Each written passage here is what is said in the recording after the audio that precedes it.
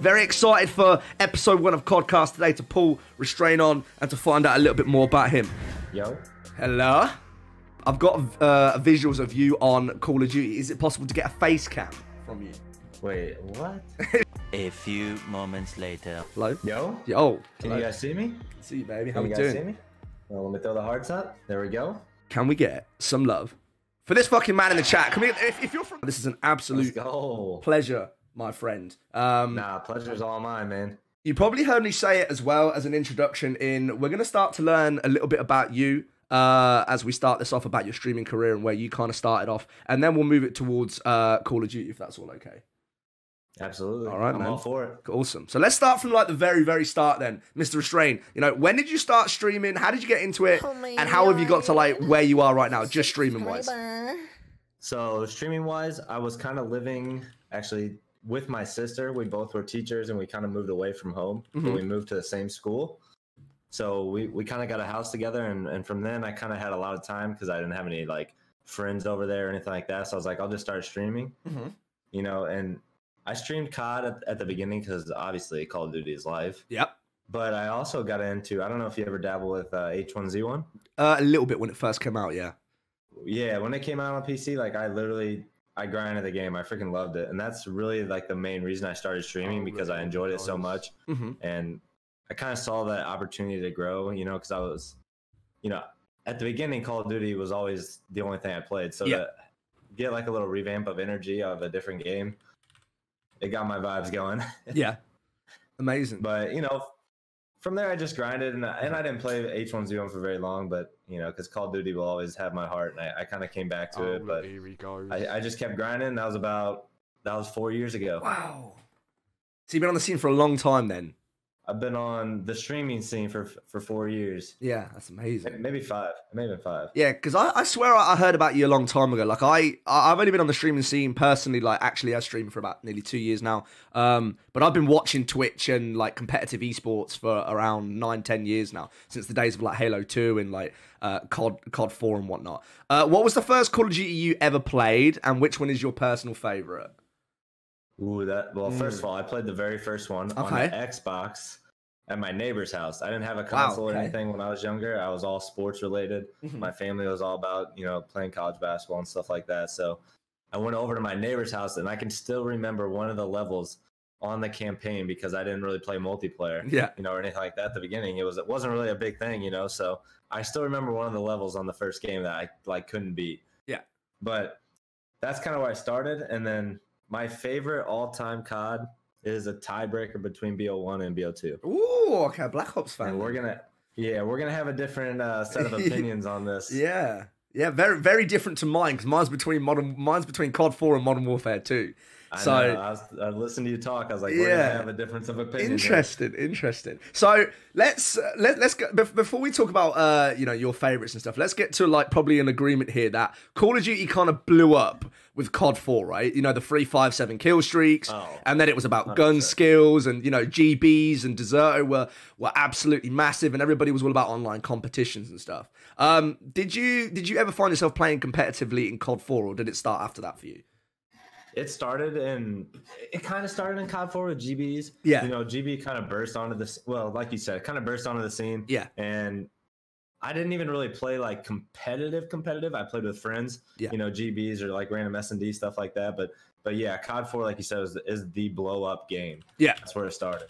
Yeah, and then obviously it moved on to Modern Warfare 2, and they started getting a little bit more, you know, creative with kill streaks and stuff, which kind of shaped the game for the future. Now, obviously, you know, moving forward, they need to keep adding content and whatnot, but do you kind of miss the days of the 3-5-7 when it was all so simplistic and it was more about gun skill rather than, you know, stacking a 15 kill streak because you call in a juggernaut or a gunship, you know? Do you miss them days?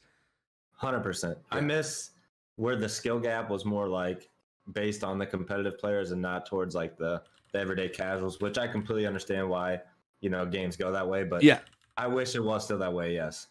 Do you think that they could ever make some sort of because I know obviously they had, in BO4 they had like the championship one where you could go in, you can get COD points and stuff. Do you think that if they ever like remake that with Modern Warfare, that they should have that where it's only like, because you get that in Gunfight, right? Everybody starts with the same guns, everybody has it's fully balanced, and the maps are really small and really kind of in your face. Mm-hmm. Do you think we could get kind of like the same sort of thing, 5v5 or 6v6 moving forward? I think obviously they can. Yeah. I think it depends kind of on how they adapt and change the game as we go forward, because it's always going to have a different meta about what people do and what they use. So to me, I think it depends on what the developers, kind of want to see moving forward. Whatever they want is what's going to happen. Yeah, absolutely. And, moving back towards your choices and what you chose in regards to your favorites, why BO1 and why BO2? What was it about them games for you? So first of all, Black Ops 1, for those of you guys that may not know who I am or know, kind of my past, BO1 is the only game where like professionally I was not at the top. I was not, I'm not the player that you even know probably, but that was my game, for where I, finally was on the scene and finally made it, in terms of just professionally playing Call of Duty. I was just in high school, just getting out of high school, and that game will always have my heart for that reason, Yeah. I would wake up early, grind, wake up, 5, 6 a.m. Yeah. Whenever I would wake up, I wasn't setting an alarm. My body would just wake up and grind the game. I think that's kind of why I enjoyed it the most, because I just enjoyed playing the game. But for BO2, like for me, competitively, I don't think there's any better competitive game. So that's why I think that's the best game. And you say obviously you used to play competitively and professionally, right? Were you actually on a professional team that placed, within a decent spot in any tournaments at all? Yeah, I played for A4V. I don't know if you know who that is. It's Aim for Victory. Yeah. But that was like my go-to. That's my original, PSN and stuff like that. Yeah. Have it. Yeah, I freaking love it. But the owner loyalty is a great guy. A veteran, and that kind of just brings me to my roots of playing professionally. He kind of gave me that chance. Yeah. And then obviously you said about like high school and stuff, right? When this was all happening. And it's funny that you bring this around, because it was the same for me before I went to university, but with Halo 3. I used to play, I'd say probably like semi-professionally. I used to scrim, LAN, all that kind of stuff. But then university kind of got in the way for me. And I had to move away from competitive gaming, because obviously, as you know, it's an all day, every day grind, right? That's what it takes. So for you, obviously, when did you start moving away from the competitive? Well, I know obviously you're still like kind of in it, but like playing on the professional stage or having that dream, when did you start moving away from that? Yeah, so at the end of BO1, going into, I think it was MW3 was the next one. Yeah. This is kind of hard to talk about. Not really hard to talk about, but I don't like talking about it the most. I wasn't the greatest at the game. I didn't put in as much time as I probably should have, and I got dropped. Yeah. And kind of from that moment, I was a freshman in college. And I was playing college basketball, or university for you guys, Yeah. And that amount of time to play college sports is just unreal. So I didn't really have time to grind both anyway. So once I got dropped, it was kind of like, this is God's plan to push me towards where I need to be going. Yeah. So you made the same sort of transition as me, as going from someone who wanted to play competitively to going to college, aka university, and then coming back on the stream scene, but still kind of having your name and your thing behind you. And, watching streaming blow up the last couple of years has been nothing but amazing, because it gives people like yourself and myself a platform to still kind of dip into competitive gaming, but, kind of have an avenue where you can build a community and build, monetary funds as well. How hard do you find it alongside being a teacher, trying to manage everything that you do on streaming as well? Oh, well, first of all, the grind for streaming is impeccable. You have to be able to manage your time. Yeah. So as a teacher, I don't think it's that hard. So I get up in the morning, whatever, school starts at 8. Yeah. So it's not really like it's that early of a job. It's not a 5 or 6 a.m. start time like, a lot of other jobs or careers may be. And then I get out at 3. Yeah. So I'm like, for streaming alone, I know I don't get the early morning, like stream grind, like a lot of full-time streamers do. You may get up early and stream, or you may stream late at night, whatever it may be. Like, I don't really miss out on a ton of things, just those full hours that I'm working. So I think for teaching wise, I think, streaming is a great way to spend my time outside of school. So don't think it's that hard according to that. But, it is kind of hard because I can't, for education in the United States, it's very political. So I can't really go on stream and, use a lot of bad language or you know, act out in any way. Like I can't really entertain in a way a lot of people do, you know? Yeah. I got to be very down to earth about what I say or what I do. So I think that's why I'm just a lot of positive energy, very, you know, straightforward with what I do. Do you get a lot? I'm actually curious now. Do you get a lot of your students come in and watch you play, like watch you stream? I wouldn't say like a lot, you know, whatever. I have like 150 students. There's probably 20 of them that come in or wow, that's awesome, it is probably a lot. It probably is a lot actually in terms of just kids coming in. I have one or two, maybe a few kids that have subs since they know me. They may be like 20-month subs or something like that, which is crazy for a high school student. To me. Do you? This is gonna sound really funny now because you could be like really funny and really cheeky with it, right? Like, do you ever like, especially with your classes, do you have like your Twitch link in like the top corner of a whiteboard or something when people come in and be like, "Yo, I'm that maths teacher who plays Call of Duty. Come sub to my channel or whatever," you know? Like... Nah, I don't even know. Like, I don't know if I could do that, or I don't know if I'd want to do that. First of all, but I have written it on there before. Yeah. In terms of just like one or two kids, I would never do it in front of my whole class. Yeah. Mainly because I don't actually talk about it that much. I usually kind of hide it. Like I don't really. I'm not gonna say it. Like I don't hide it. Yeah. But unless they specifically ask me about it or something like that, I don't talk about it. I find that really interesting. I thought you'd be like, "Yo, I'm a freaking cool high school teacher who you know plays COD and streams for a living." Do you know? I don't know, man. Like I can understand why you would in some ways, definitely, but in other ways, you not feel like it's, in a weird way of saying it, kind of like a selling point, like for you potentially within like 100%. You know? So just connecting to kids, you know, a lot more kids are playing video games. And a connection point, I think that helps me a lot. Like they know, most kids know what it is, first of all. They know who I am and what I do. But like, I don't really want to, this is where it gets hard. Like first of all, if I ever like made it really, really big on Twitch, I would never leave my job. Okay. So no matter what happened, I would still teach. I just want to start with that. I was going to ask you that. That's my number one priority. Yeah. So when it comes to like telling students like, oh, come by the stream or like come by like that, like I don't want to have a bunch of kids in my stream and then have it become a problem down the road or something happen on stream or something and all of a sudden they bring it up. You know what I mean? Yeah. Yeah. No. So I just don't know. Like, I don't know.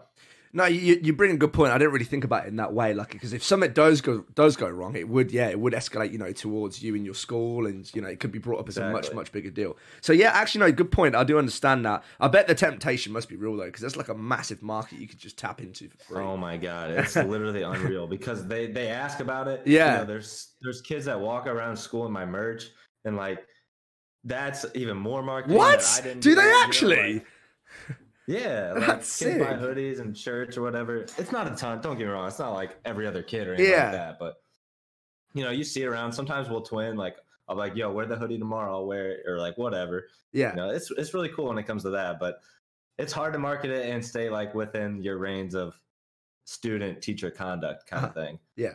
That's really, really interesting. By the way, guys, if you've just joined us, we have a command in the chat ready for today where you can do !CodCast, where you can see Restrain's links for both Twitter and Twitch. The CodCast is something that I'm going to be trying to do on the most regular sort of basis possible. We're going to try and pull in influential people who are known in the COD community to talk about their professional career and their professional lives as well. So if y'all have got any questions at any point, please, let us know. Throw them in the chat, and then we'll take a second to go through them. Somebody actually asked, do they get extra credit if they wear your merch?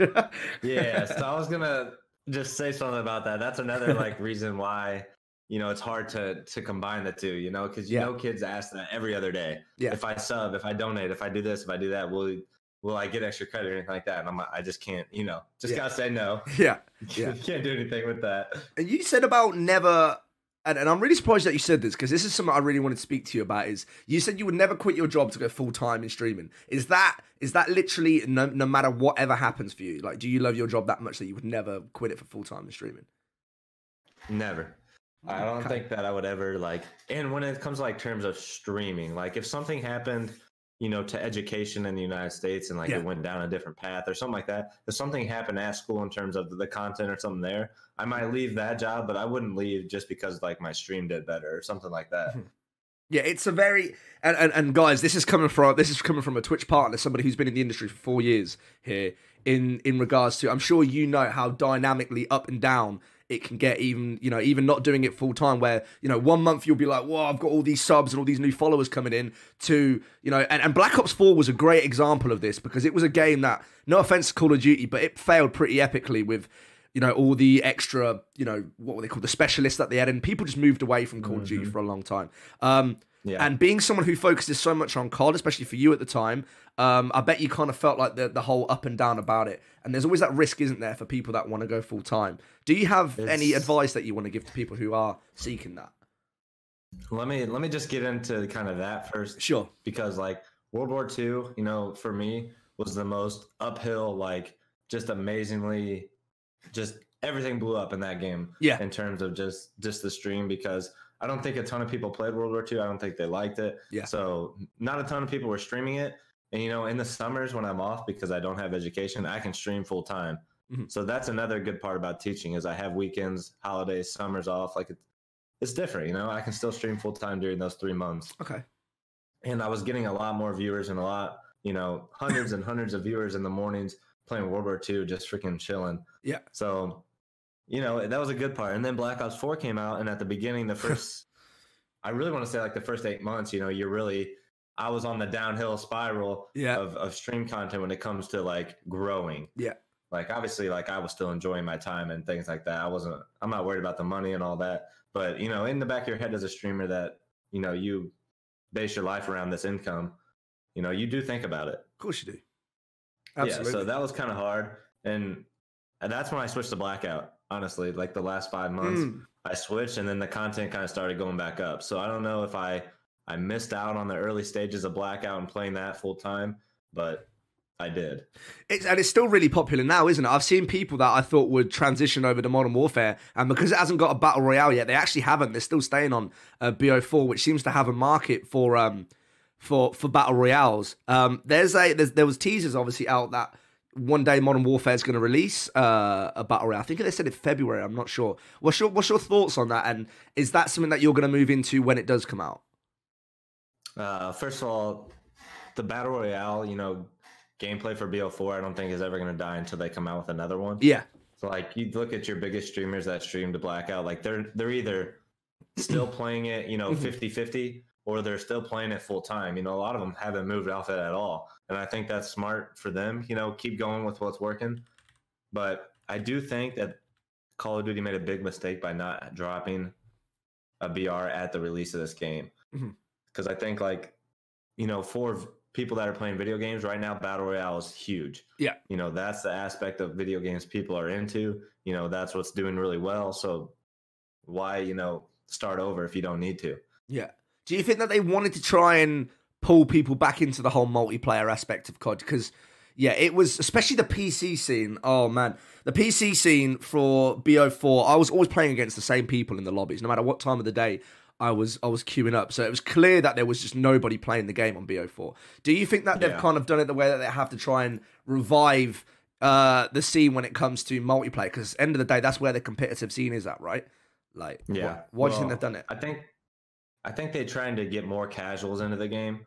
So they're really focusing on finding those, you know, players that maybe only play an hour a day or an hour every other day. Yeah. You know, they're trying to get them to stick on Call of Duty instead of going to, like, say a game like Fortnite or any other game, you know, Minecraft or something that they may only play for a little bit of time. You know, casuals is where it's at. That's where they make their money. So I think that's their focus. And what's your thoughts on the developers saying that they made a game revolved around purely the casuals, and obviously the massive blow up that it had on? Yeah, I know you're doing exactly what I did. The massive blow up that it had on social media, because, you know, Fortnite gets a lot of stick with updates, right? But Call of Duty got absolutely slaughtered by the pros and the scene into say this game is not a competitive game. It's just about camping, sitting indoors, and all that kind of stuff. What's your thoughts on all of that? I can't believe it, honestly. Like, I've talked about this a lot on my stream because I'm still not even really playing MW that much. I know you saw my level. Yeah. You know, like I'm only level 59. Like I lose my mind playing this game. Literally lose full every single day. Yeah. So I don't know why they would make a game for casuals like this. I think that you could separate them like you do in other games. Like Call of Duty is the only game that's not complete at release. Yeah. Literally every year we get a game. They're like, well, we don't have leaderboards. We don't have these maps. We don't have these game modes out, whatever it may be. Like, why can't you have 3 years to do this? Yeah. Like, just make a complete game and release it. Do you think they should do that? Like, spend a bit longer and actually make like because they release one every year, right? It's clear that they want, the monetary for it and to keep it as a yearly thing. 100%. But we always get half a game, right? Yeah, like I don't understand like why years ago we released a game every year and they had 1 year to work on it. There was one developer. Yeah. Their games were good, but I know that it was more simplistic back then. They didn't have to do as much. Yeah. And they're trying to add more in to make it, more extravagant or whatever. Yeah. But like, it shouldn't take this long to get half a game. So what are your current complaints about the game as of right now? Give us your comprehensive list on what you don't like about it right now. 3 things. All right. I'm just going to go with 3 things. Claymores, the shotgun. Yeah. And people not moving at all because the maps have 90 million, lines of sight. Yeah. Yeah, I completely agree. That's what it is. Yeah, the original maps that they released have gone away from the whole 3-lane linear feel that we know about COD, right? Where it's kind of like if you have certain line of sights and whatnot, and then you can kind of, pick your choke points and stuff. But some of these bigger maps, especially stuff like, oh my God, don't even talk about Grasna Raid and Piccadilly and stuff like that. Where it's I love Piccadilly, I'm not gonna lie. Oh God, it's growing on me very slightly every day, but it still pisses me off. And before the M4 nerf, it was just kind of like people just sitting watching choke points with claymores and whatnot. And I don't know what sort of class do you typically play when it comes to Call of Duty? Are you aggressive as a player or what? Yeah, I always run like an OBJ, like sub role. So in competitive, I should say, I always just ran a sub, and I think it's harder to, to shoot straight, to get those kind of like long range kills with those guns. So I always just kind of want to be like, here I am, this is what I do, and I'm better than you, kind of thing. Yeah. So like, I want to be like that play style, even though I know like the M4 is just stupid. Yeah. Like you could literally just chill with it and get kills, and that's not fun to me. So I don't really like try to be that, even though it would be way easier.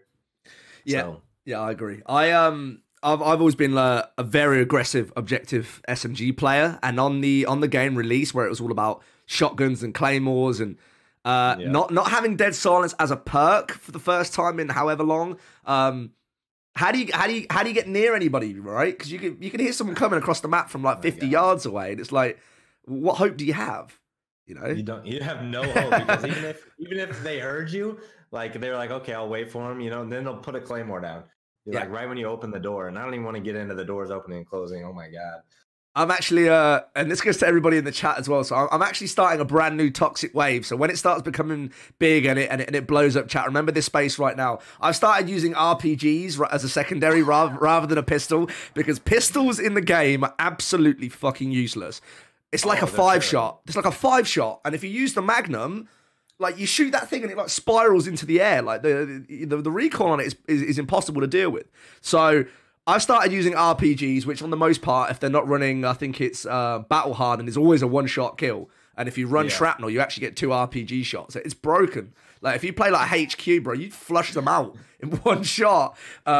So watch this space if that catches on. Like, Stream, this guy knows what he's talking about. He's been thinking about this. Oh, mate, I was thinking, right, how can I be even more toxic than these 725 players? And I thought RPG is what it is, and people have been going nuts over it. It's really funny. But that being said, back on the topic in regards to Modern Warfare and the future of it. For the first time in Call of Duty history in a long time, they actually listened to all the complaints and did, well, I know things are still a little bit fucked, but they did something about it within the first 2 weeks. What's your thoughts on that? Like, I love that part, but I think the only reason that they did it is because it was so bad. Yeah.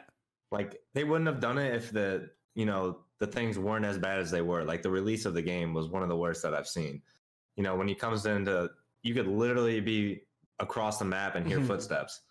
You're like, dude, I can just listen. It's like you have an aimbot. You're literally listening to someone, or wall hacks, Yeah. You're listening to someone from across the map walk closer and closer to you until you kill them with a shotgun. Yeah, from across the map. What is that? Yeah, literally. Like, what? Did you see that trending video of that shotgun that got a cross-map kill? Did you see it? Yeah, and I saw, so I saw one of the developers talk about it. So if you're a little bit hurt, even after the nerf, and the shotgun can still kill you across the map, and they want it that way. I'm like, how does that make any sense? Like, why would you want to have that? Just, I don't know. I know they were talking about realistic and that, but that is not realistic whatsoever, is it? Like, no, period. Like, I first watched that clip and I thought, I don't understand why this is such a big clip. Like, he's just sniping someone across the map, and this one was like, he's using a shotgun, right? And I was like, wait, what? That's the 725? And I was like, no way. And yeah, it's like a 300-meter shotgun shot across the map. It's ridiculous. Yeah, exactly. Ridiculous. Dude, can I talk about two things that I just saw in the chat? Go for it. So the first one is the cameras. I don't know if you guys have seen the camera video going around, Charlie Intel, but yeah, when you lean, like your body is out there, even though you don't think it is. Somebody on the other screen will see your entire body. I just want to say that that's been in every single Call of Duty. It's just way different when you have the lean and mount, system about it. It's always been like that. If you go back in old games and you look at it, it's like that. So even though this camera, it is broken, first of all, it's kind of going to be like that. The camera video, yeah. So it's always been like that, unfortunately. They should fix it. They're not going to. So that seriously sucks. It's so weird how it works though, right? How one person can see like half of your body and the other person can't even see them at all. Like, yeah, like that doesn't make any sense to me. I don't understand why it would be like that and how that's not an easy fix. I don't know. Because I that's happened to me where I'm convinced that like someone's shooting at me and I get behind a wall and they kill me and I'm like, I'm behind this wall, but on their screen I'm not behind the wall and they can still see me. Like that, and that's huge, especially for like competitive play. Like, people dying and stuff like that. That's game winning kills and stuff like that. So that's money. There you go. So I don't know how that's not addressed a lot more. Yeah. And then the second thing I saw in the chat was the prestiges. I'm baffled that there's no prestiges. Yeah. Like, why after all these years go away from that? I don't know. I think they could have cross-fitted both. I don't see why they couldn't have done the ribbon challenges and have them alongside ranks, but still have prestige like badges and stuff in there. Because I do agree, like it needed more replayability because people just get to max prestige and then quit the game and never come back, right?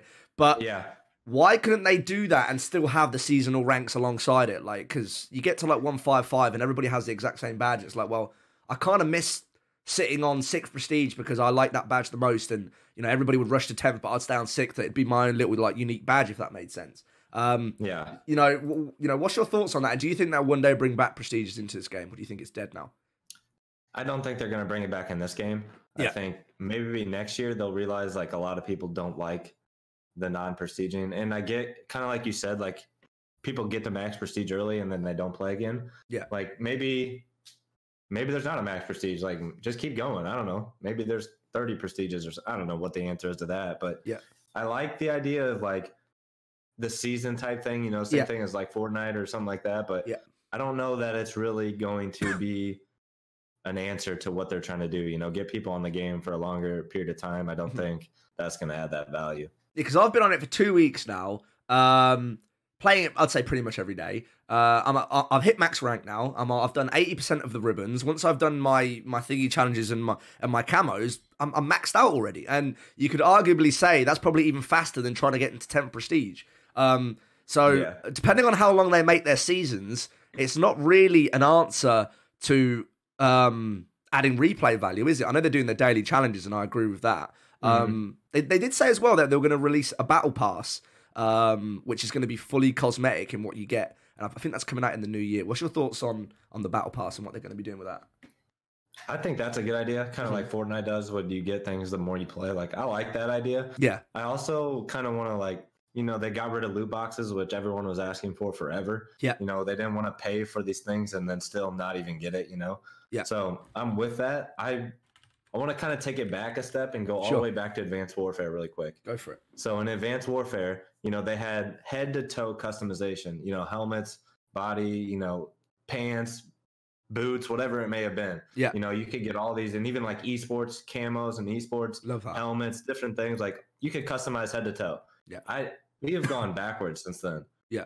Give me a game where I can customize my entire character, just like Fortnite. They do like just one skin head to toe and they have a million different ones. Yeah. Like, give me that. I want to customize a character. It's purely cosmetic. Why can't we do that? So they released being on cosmetic as well. They released the operators, right, where you can make your character look slightly different between the two factions. Like, that's a good start. but there needs to be more, right? Like you said, you should be able to make them like look different. You should be able to unlock different outfits for them, which I know you actually can. And I only found this out the other day.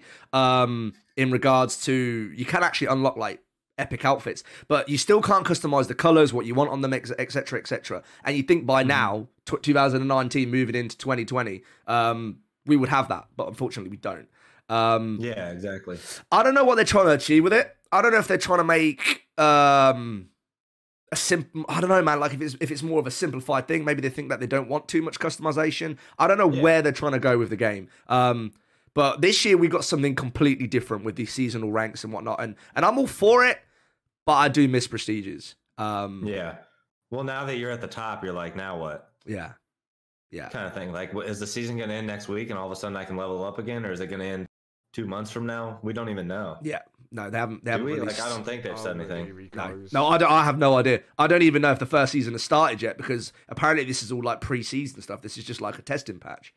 Somebody else in the chat explained what a battle pass is. So, for example, imagine like a leveling system on something that's completely separate from your normal level, from like level 1 to 100.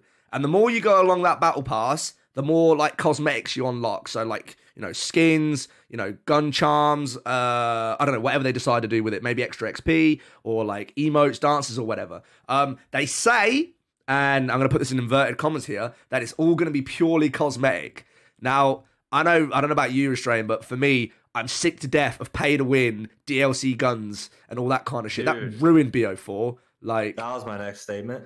I don't want a gun that comes in that I didn't get all of a sudden be the best gun in the game. Yeah. Like, come on. Yeah. So I'm praying that if they do add a battle pass in, I'm more than down to help support the developers in buying this and getting all this cosmetic stuff. But if they go towards guns and actually having to get some weapons by purchasing the battle pass, I don't know, man. That might have to sway me away. I don't know if I could deal with doing that again. BO4 was an example of this. I don't know how much you played multiplayer versus the Blackout, but did you ever get to try the DLC guns on BO4? They were broken as hell, man. Like, nope, didn't touch them. I don't blame you. Like, I played League play for the first 7 months and then switched to Blackout the last 5. Yeah. I don't blame you. Or 4, whatever it was. The players that you'd go against on PC lobbies, obviously, PC players are already insane, and they're getting these guns, which is literally like one burst you. It's like you can't, unless you buy them, you can't do anything against it. So I hope that explains it, Corrupt. I hope that answers your question. I don't understand why they didn't start with the Battle Pass on release. Again, it goes down to Restrain's point in releasing half a freaking finished game. Question is now, we're moving into 2020 soon. And obviously, COD knows that they need to step it up for the competitive scene. And, they've already added in 2 maps. I don't know if you had a chance to play Shoot House yet, but it's actually a really decent map. It's 3 lanes, it's linear, it's what we expect. What do you think is the plans for COD moving into next year? What do you think they're going to do with the game? I think they should hire Dr. Disrespect to make all the maps. Period. Imagine. He makes good maps, man. I'm telling you. Yeah. So I think this is my biggest, from a competitive aspect, like I came from the competitive scene. Yeah. Like I really don't play many pubs anymore. Like I've been strictly competitive throughout my life. And now like the very first year that we franchise and pay $25 million for a spot in the league. Yeah. It's the worst competitive aspect of a game they've released yet, that they wanted for the safe space for casuals. What are they? I don't know what they're going to do about that. Like the game is terrible competitive right now outside of S&D. Yeah, no, you're right. And the competitive scene from the last COD to this COD has changed, crazily, right? It's gone down the Overwatch route of having teams that are based on locations rather than by team now. You got London Ravens, who I'm obviously going to be supporting, Go London. And then you got, all these American teams that are in there as well. Like the whole franchise has changed. And then they release this game where the whole scene blows up and goes, bro, this is not a competitive game. Yep. How do they save it now? Like, what do they do? That's a good question. I think that this weekend, I think Attach and them are all going over to the headquarters to help work on spawns and different things. I'm interested to see like kind of what else they give them. What else do these pro players say to them that could help the game? Because they're not going to change the game. They may add in like another couple maps. They may mess with the spawns, but what can they do to save the competitive scene? I don't know, because we're playing Dom again on competitive, and to me that's one of the most campy game modes there is. Hardpoint is that game mode came out 2 days ago. I've been personally playing it, and it feels good. The fact that you have to keep moving around with the objective, it's a lot harder just to purely camp. I don't like the fact that it's on a lot of the big maps. Like I was playing it on is it Arkhov Peak, where it takes like 10 minutes to get across the map. Like I don't understand why it's putting it on maps like that 6v6. But stuff like Hardpoint, I don't know if you remember Demolition back in the days. They were really good competitive game modes. And it's good to see Hardpoint coming back. I think it needed to come back. But we need smaller maps. We need stuff where it's harder just to sit in corners because you haven't got the ability to do so. You know, they were toying around with the idea, teasing about Terminal coming back and whatnot. You know, do we need MW2 and COD 4 maps back? Do you think that was the peak of their map designs and what they can do going forward? In terms of like peak map design, I don't think so. I think at the time, those maps were very simplistic. They're very simple. Yeah. And that's what I think they're getting away from. They're adding all these details and all these different lanes and lines of sight. In this game specifically, that hurts the like overall, they're trying to be too complex with it. Yeah. Simplicity is key. Like you don't have to get just overly dramatic on the map. So I think that in terms of just bringing back older maps, obviously it would help. Everybody loves Terminal. Like, let's be honest. If they brought back Terminal, you would enjoy playing it, and it may not be the same, but it's still, they bring it back. But I think it's more of a cop-out. Like, I don't want to see them have to bring these maps back to save the game. I don't know, man. I kind of see it both ways. Like, obviously, I grew up with that as well, and I know you'd probably prefer to see some BO1, BO2 maps because that was where your favorite stuff was. I would love to see maps like Pipeline from COD 4 come back. I would love to see what was the map? Not Shipment, the other one, the one that was really, really small, the one that had the helipad in the corner from COD 4. It was like a grassy outside area, and then there was like 2 corridors each side, and then like an office area at the very, very back. It was like a very. Does anybody in the chat know the name of it? Crossroads was a good one, but that's not the one that I'm referring to. A map head to toe, and I'm like over here like what? Can't even think of it. No, COD 4. It was a COD 4 map. Did I see which one was? Sorry, W2. Yeah. Talking about also High Rise was a good map. Same. Yeah. It was a 3-lane map in terms of just overall aspect of it, but then it had like little things that you could do. You could go underground. You could go, up high, like different things like that. Like I liked High Rise for that aspect because it was both casual and competitive. That's a good map design. I would like to see whoever made that map come back and say, okay. Not Crash or Backlot. Nobody knows the name of it. Hold on. I'm actually Googling now because it's really annoying me. Not Showdown, not Downpour. Wet Work is one that they said they might bring back as well. So that's what I was going to say. Did you see the PC files of the list of maps? I haven't seen it, but I've heard a little bit about it. Can you go over it from what you know? So for those of you that may not have seen it, there was a kind of a leak. PC files, if they put something in a PC file, somebody's going to find it.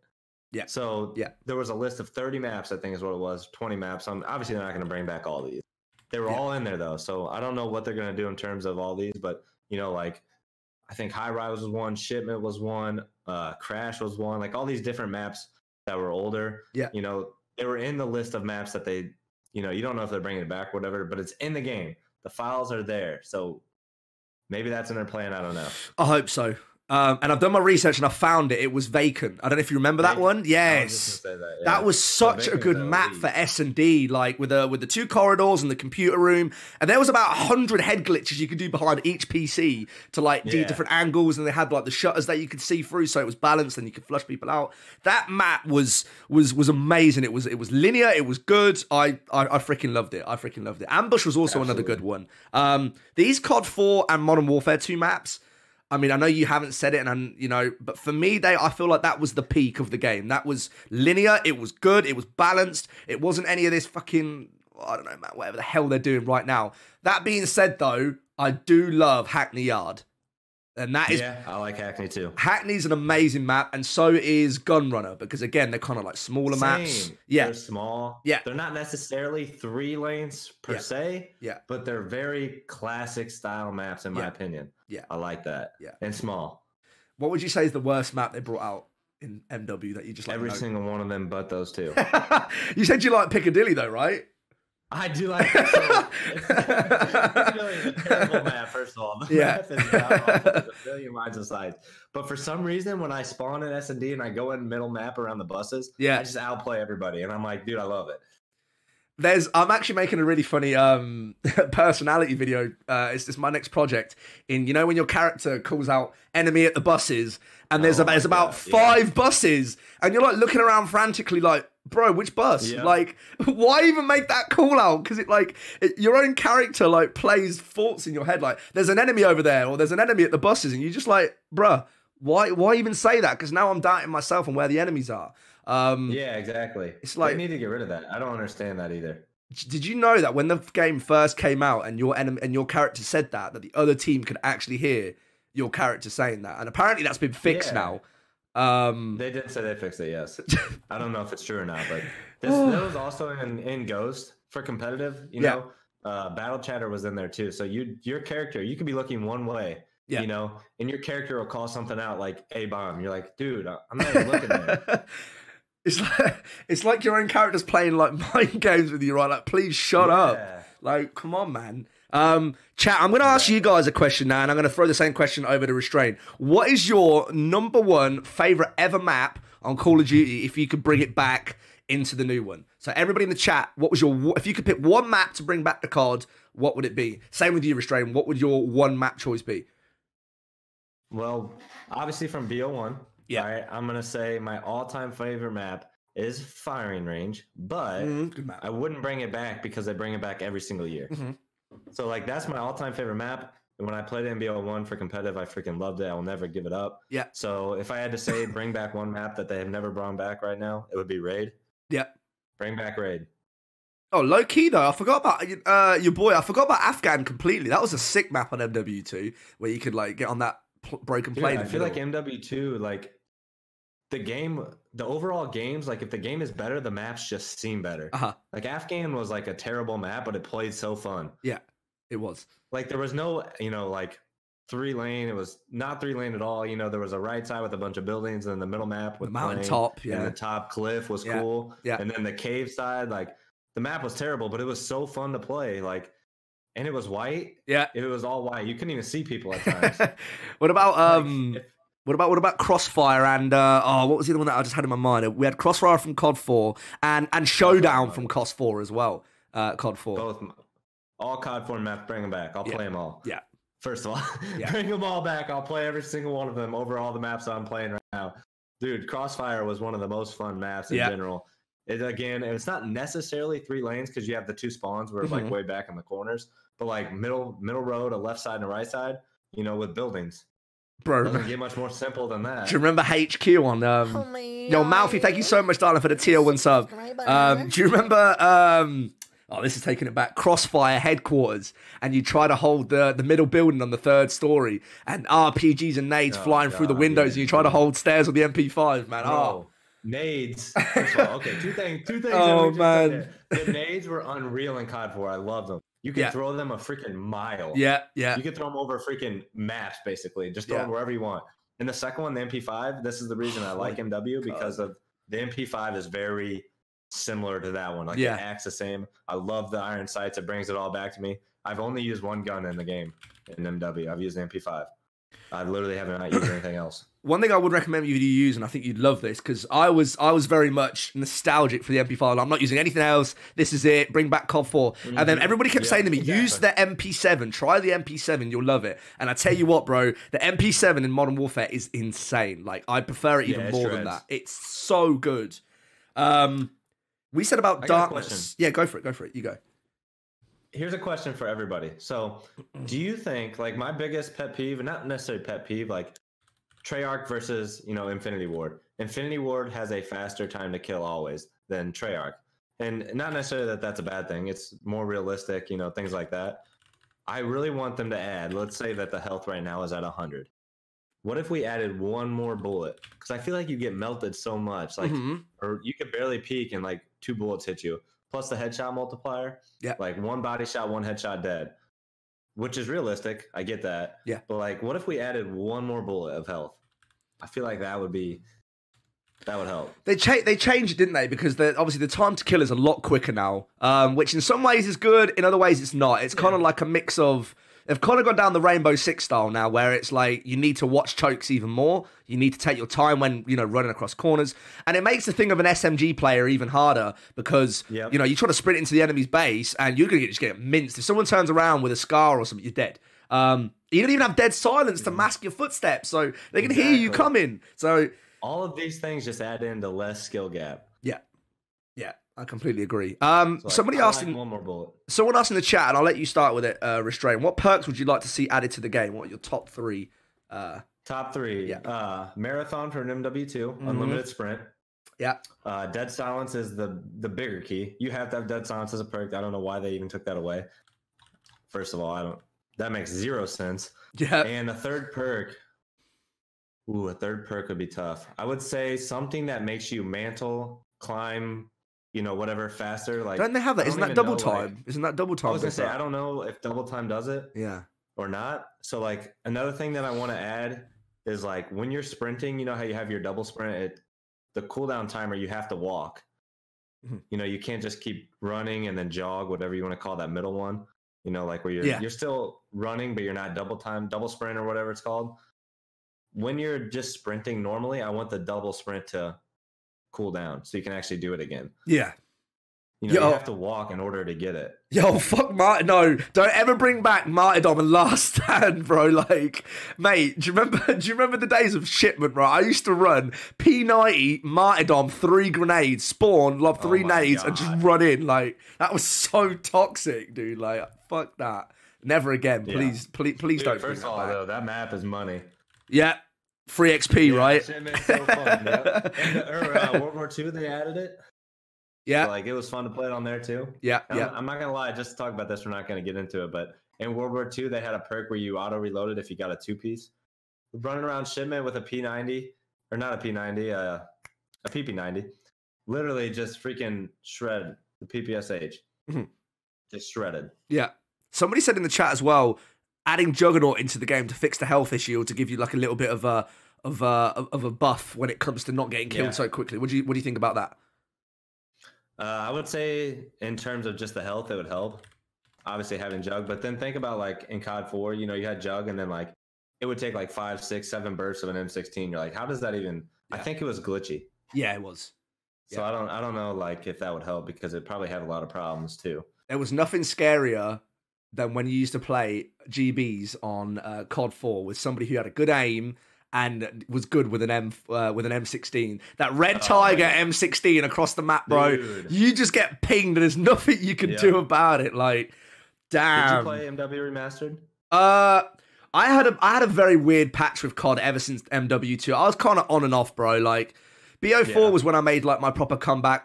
Anything from BO1 all the way up to BO4, I was kind of like, yeah, man, it's just another COD, But BO4 is when I decided, I'm going to get back into the franchise like a lot. Very disappointed, obviously, with BO4. But no, not too much. Why? Did you have something you wanted to raise on? So the M16, Unreal in the original game. Yeah. They definitely changed it into MWR. Yeah. Like it was different. It did not act the same. It was not even like, I don't even know, but I played it once on release night. That's the only reason I even bought the game. I was like, dude, MWR is going to be money. It's going to bring me back. Yeah. I played it once, never reinstalled it. Same. Terrible. The remastered. Yes, I actually bought it for, did it come out on Xbox? I'm not sure if I bought it for Xbox or PC. But no, I completely agree because I went on there to kind of bring back the whole nostalgia, and I was going into maps like Bog, for example, and all everybody was doing was sniping. Like everybody seemed to buy the game just to snipe, and I'm like, this isn't COD anymore, bro. Everyone's just doing this to get trick shot clips. Like this doesn't feel like the same game. Yeah. Didn't they add in loot drops and stuff as well, where you could like buy all this? Yep, everything. Stupid. They're literally just about the money, which I get it. Gotta make money. You can make money normally. Yeah. People are worried that they're going to do that again, that they're going to do the whole, give it 6 months, they'll throw loot boxes into the game where you buy extra DLC guns. What's your thoughts? Do you think it's going to happen? I do not think it's going to happen. I don't think it'll happen. No. I think with this battle pass that they're talking about, I think that's going to cover what they're going to try and get out of do you have to buy the battle pass? I assume so. I assume so, yeah. I like that idea, to be honest. As long as it's fully cosmetic. Yeah, exactly. It can't be a gun that all of a sudden is better than all the other guns. Yeah. Absolutely. Terrible idea. And that brings us down to around our last 10 minutes or so, chat. So if you guys have got any more questions for Restrain, please let us know. This has actually been a really good conversation, man. I liked how we've like diverged into the past and how we're talking about everything that's going on now. This is, this has been really, really, really fun to do. And I look forward to doing more conversations and more of these shows in the future.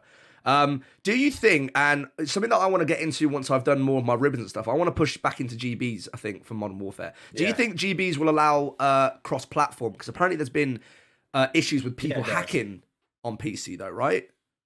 Yeah, it wouldn't shock me if there's already, people around that. They got to fix that, but there is cross-platform on it. And I have played some GBs, and we've played some kids on other systems. I haven't run into any hackers, but, it definitely is a good thing. Cross-platform it's not going to save the game by any means. No. But it'll help. No, absolutely. 100%. Especially for a streaming aspect, right? Like, for example, for me, I love to play with viewers. I pretty much try and get viewers involved in every single stream.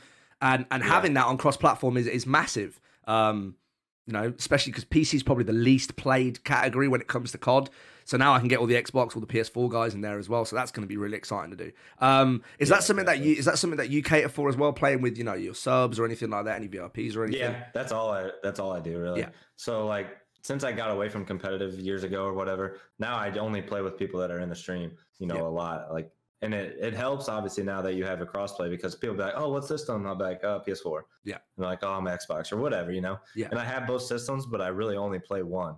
So now it's perfect that they added crossplay. People were saying that I think this is the last year of PlayStation's contract with Call of Duty being their like official, their official sponsor. Do you think that Microsoft are going to try and swoop in to steal it to either? I can't see it ever going to PC, but do you think that they'll steal it and move professional play over to Xbox, or do you think it's settled now into PlayStation? So this happened when I actually first got into the competitive scene. Like I was always an Xbox player. Yeah. And then in BO1, Sony got the contract, so I had to buy a PlayStation and all that stuff. So like. It kind of sucked at that time, obviously, having to buy one when you're younger. But I don't think that Xbox will win it, or Microsoft, whatever you want to say. I don't think they'll win the bid, but I think it's going to be a bidding war. Yeah. I think they'll go back and forth. Yeah, especially with how the franchise has moved and the fact that everything's now done by location in terms of the team names rather than just organizations. Like the game is franchising into this multi-billion. Well, it always has been. It's always been multi-million. But now it seems to be going even higher. They took the same steps that Overwatch did, and now it's all this. The London Ravens rather than freaking Optic Gaming or whatever. What's your thoughts on that with these teams having these names rather than org names now? Do you think it's a good thing or? I think it kind of sucks, to be honest. Like Call of Duty is such a different esports scene than like every other game, Like it's one of the only console games. It's one of the only like games that started from like freaking random clans, Yeah. Clans is like the most newbie word you can say. Yeah. Like FaZe Clan, started as just snipers. And then all of a sudden they had like one of the biggest esports, brands in all of every game, Yeah. So I like the aspect of having like, Optic or FaZe Clan or like, who else? I don't even think. But like those names are classic. So it really bothers me to see it go away from that. Yeah. But I also think it opens up some bigger positives moving forward. Yeah. Do you think I like that aspect? Do you think you'll ever get back into comp, or is that it now done for you in regards to that? No, I don't have time. Yeah. You got to put in. Yeah. And this is not a joke for those of you out there that really want to play like at this level. It's 8 to 10 hour days. Yep. Max. Like that's what it is. And it may not just be playing. It may be like VOD, like different things like that. But it's that amount of hours. Yeah. You're looking at the same time as full-time streamer hours. You either go down one way or you go down the other. It's exactly what you said. It's not just about playing and sitting there and practicing. You then got to go over your VODs. You got to do strategizing. You got to attend LANs. Then you got to get yourself known. That's probably the hardest part, is actually getting your name out there. And to do that, you actually have to get out there and win and beat the best of the best. So you have to live it. It's who you know, not who you are. Yeah. Exactly. Don't forget that. Restrain. You make your brand. Thank you very, very much for spending the time out of your day to be here, brother. Do you have any final shout outs, any points or anything that you want to discuss before we look to finish this off today? Not shout outs by any chance, but like if there's any competitive gamers out there or any streamers, like aspiring streamers, anything like that, follow your dreams. Period. Go after them. If you're not happy with something in your life, change it. That's something you control. You'll always be able to control your life. And if you're down or whatever it may be, follow it by changing it. Thank you very much for your time, bro. And that being said, we need to play some fucking COD together sometime and slay some fools, bro. Oh, bro, absolutely. Hit me up when you're down. We'll get some time. What time is it there right now? It is nearly 4 p.m. UK time. So, what, you're 6 hours ahead of me? Yeah.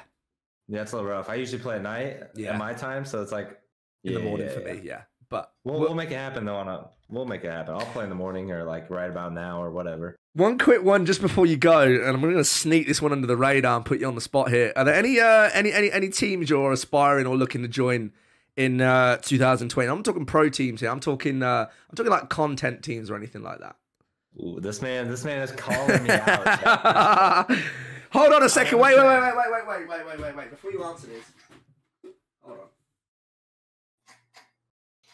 Before you answer this.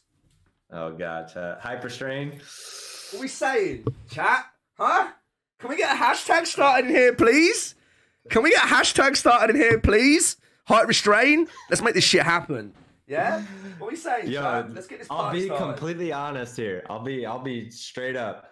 Hype is like right on the top of my radar right now. I will say that. Now, with that said, he probably can't even hear me right now, but with that said, chat, okay. I've been making some moves over the past month, and it's literally been over a month making something happen. I can't even literally release nothing. My chat, my stream, all my community. You know, we've been talking about it, but I literally can't release anything legally. So like, I'm trying to make it happen, but if it doesn't, you know, I've been saying like the middle of November was kind of the time. I've been talking to, you know, your boys over at Hype, so. I'm just playing with you, man. I just wanted to put you on the spot and see how you deal with that question. But we, you know, over in Hype, we do think of you very highly. You know, my guys in the community know who you are. The guys in Hype know who you are. So just know that we have a lot of respect for you over there, and keep doing what you're doing, man. You're on a great route for success right now. Now look at the emote in the chat. I see it, bro. It's like bound to be it there already. I mean, Hype Restrain sounds pretty good. I mean. Speaking of announcements, guys, I actually have one of my own coming this week. One that's going to literally blow your fucking minds off. And that being said, I'm hoping me and Restrain will be able to have another chat very soon in regards to his future, hopefully within our team moving forward. But that's a conversation for a different day. Restrain, thank you very much for your time today. And I wish you a very beautiful Sunday and a very beautiful rest of your day, my friend. Thank you so much. Absolutely, man. Have a good one. Yeah, man. You too. Peace. And that was your boy Restrain. Hopefully one day to be Hype Restrain on the show. I hope you guys enjoyed that. That was episode 1 of the CodCast, and it went amazingly well. I felt it was nice to have somebody who's been in the scene such a long time to kind of speak about the whole nostalgia of the game and where it's come from and where we've moved to. Talking about MW and hopefully how MW needs to take off like we're all expecting it to. We'll see what happens in the new year with the game. But Restrain, thank you so much for your time today, my friend. Restrain was the first guest who we pulled on for the show. Next up, I'm going to try and get somebody in from the CWL, so watch your space.